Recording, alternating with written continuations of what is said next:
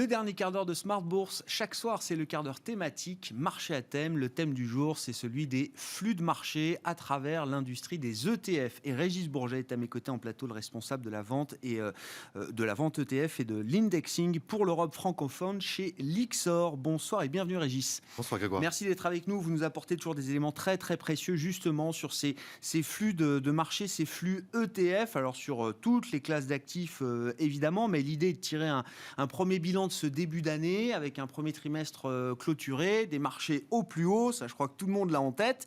Ce qui est intéressant, c'est que les flux aussi sont sur des niveaux records, sur un rythme record de collecte. Oui, tout à fait. On est vraiment sur un trimestre record, un mois de mars record. Alors on repart les chiffres, 50 milliards de collecte nette sur le marché des ETF sur le premier trimestre, presque 20 milliards sur le mois de mars. On est sur un rythme de croissance, et là on parle hors effet marché, bien sûr, c'est de la collecte nette, de l'ordre de 20% sur un an. Voilà, avec des très bons flux également pour Lyxor, plus de 4 milliards d'euros de collecte, et puis très orienté action, alors voilà, beaucoup d'actions. Voilà, qu'est-ce qu'on peut dire de la décomposition de ces flux records, Régis ? Les actions dans quelle proportion ?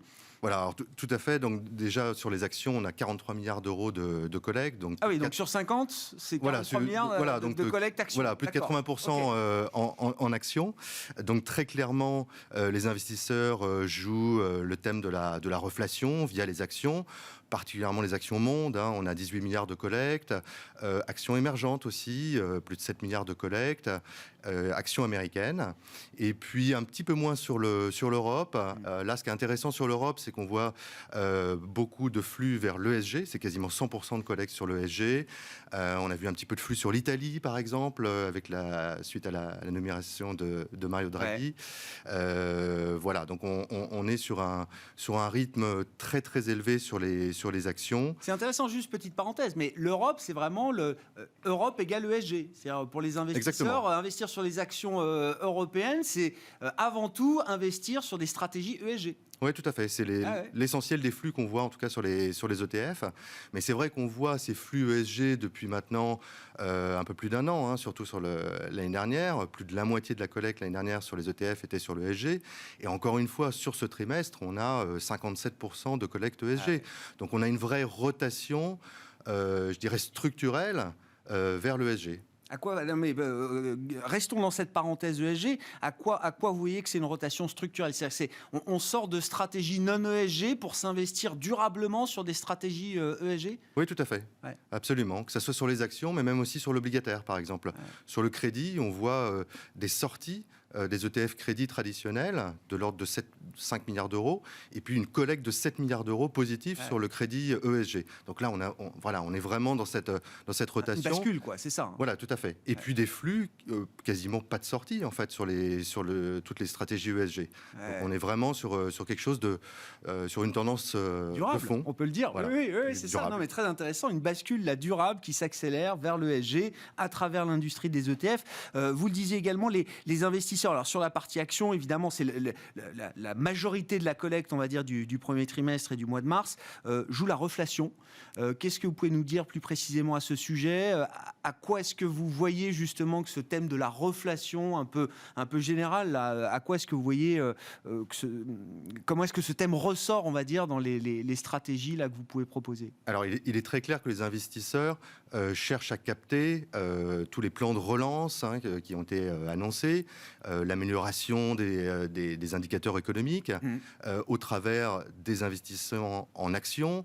On a une rotation sectorielle, donc on a eu beaucoup de rotation aussi pendant ce premier trimestre, en particulier vers des secteurs qui avaient été délaissés dans la crise, comme les secteurs des banques, des bancaires, les financières, l'énergie. Alors ça va être beaucoup sur les nouvelles énergies, mais c'est un secteur qui a été très plébiscité. Pas mal de flux également sur les matières premières, et puis sur l'obligataire, sur l'inflation également. Donc on est vraiment dans ce thème de la reflation. Un dernier point également, c'est le grand retour du Smart Beta. Donc le Smart Beta... Juste repréciser effectivement le Smart Beta. Voilà, alors le Smart Beta, il s'agit d'indices qui ne sont pas pondérés par les capitalisations, mais qui vont être pondérés différemment. Donc, par exemple, dans le Smart Beta, on va retrouver des stratégies équipondérées qui ont été beaucoup joué pendant ce trimestre. Ça veut dire pour le S&P 500, par exemple, on gomme le poids des GAFAM en les mettant au même niveau que les autres. Exactement. Et là, ça donne évidemment des choses différentes. Oui, et c'est des stratégies qui visent aussi à diversifier le risque en évitant d'être exposé sur des valorisations qui sont trop élevées. Donc ça, c'est vraiment intéressant. Et puis, deuxième segment très important dans le Smart Beta, c'est la value. Donc toutes les entreprises dont les valorisations sont faibles, donc on pense évidemment au secteur bancaire, mais voilà, il y a des stratégies qui permettent de jouer au travers de tous les secteurs la value et qui a énormément collecté sur le trimestre. Ouais. Vous arrivez à percevoir là si ces investissements sont des investissements avant tout tactiques ou est-ce qu'il y a quelque chose de, je sais pas, l'idée d'un nouveau cycle et des stratégies qui pourraient être portées pour plusieurs mois, plusieurs trimestres peut-être par vos clients. On a plutôt l'impression que c'est des investissements tactiques vers la value. Après, tactique, ça peut être quelques mois, ça peut être quelques trimestres. Ça peut être aussi. Donc, qui dure, quoi, voilà, c'est ça, en fonction de l'environnement de marché. Vous disiez sur les matières premières aussi, là aussi, un thème très cyclique, mais à travers des produits indexés sur des matières premières spécifiques, vous voyez là aussi de l'appétit de la part des investisseurs. Oui, il y a une bonne collecte, il y a eu 2 milliards de collectes sur le trimestre sur les ETF matières premières. On est plutôt sur des matières premières diversifiées. Donc on n'est pas sur une matière première en particulier. Voilà, on a des performances qui sont assez différentes entre l'or d'un côté, le pétrole, les métaux de base, mais on est plutôt là aussi sur des stratégies qui visent à être plutôt diversifiées sur les matières premières. Alors là, on parle de toute la collecte, effectivement, où est-ce que vont les flux? Est-ce que, à l'inverse, il y a des segments de marché qui décollectent? Est-ce qu'il y a un vrai mouvement de rotation? On retire de l'argent de certaines stratégies pour en investir sur d'autres? Alors, assez peu sur le marché ETF, mais néanmoins, sur la partie obligataire, par exemple, on voit quand même des sorties. Donc, on a des sorties, par exemple, sur le mois de mars, on a eu 2 milliards de sorties sur l'obligataire, et on le voit particulièrement sur l'obligataire d'État. Les investisseurs cherchent à se protéger contre les hausses de taux. On a vu des hausses de taux pendant ce trimestre, que ce soit aux États-Unis ou en Europe. Donc, le segment obligataire, et notamment les durations longues, on cherche à sortir de ces stratégies. On sort aussi des ETF marché monétaire. Et puis, on va se mettre, par exemple, sur des ETF inflation, donc des obligations indexées sur l'inflation, que ce soit aux États-Unis, en Europe ou même global. Ouais.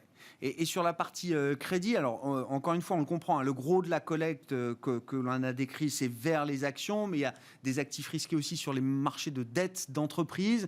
Est-ce que là, ce sont des marchés qui tiennent bien aujourd'hui, qui suscitent toujours de l'appétit de la part des investisseurs? Il y avait eu beaucoup d'appétit l'année dernière sur les ETF crédits, énorme collecte.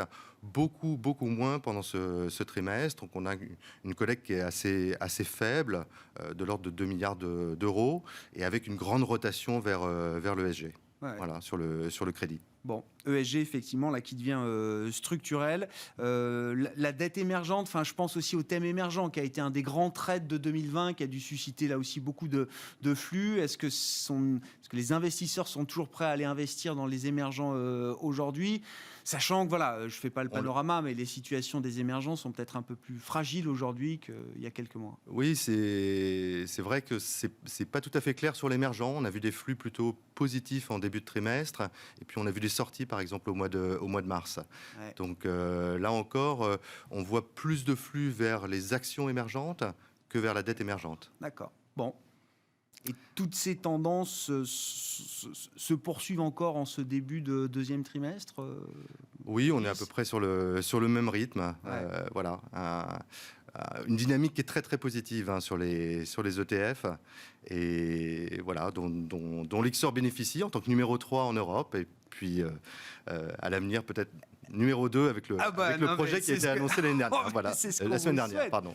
C'est l'ambition de créer un leader européen. Un leader européen, exactement. Lyxor, effectivement, ce sera le leader européen des ETF avec les négociations exclusives qui sont en cours. Merci beaucoup, Régis, d'être venu nous apporter ces éléments de marché toujours très précieux. C'est une industrie des ETF qui prend évidemment beaucoup plus de place, de plus en plus de place aujourd'hui, et donc des flux qui sont très représentatifs de l'intérêt et de l'appétit des investisseurs. Régis Bourget, qui était à mes côtés en plateau, le responsable de la vente ETF et indexing pour l'Europe francophone chez Lyxor. Ainsi se termine Smart Bourse ce soir. On se retrouve demain en direct sur Bismart à 12h30.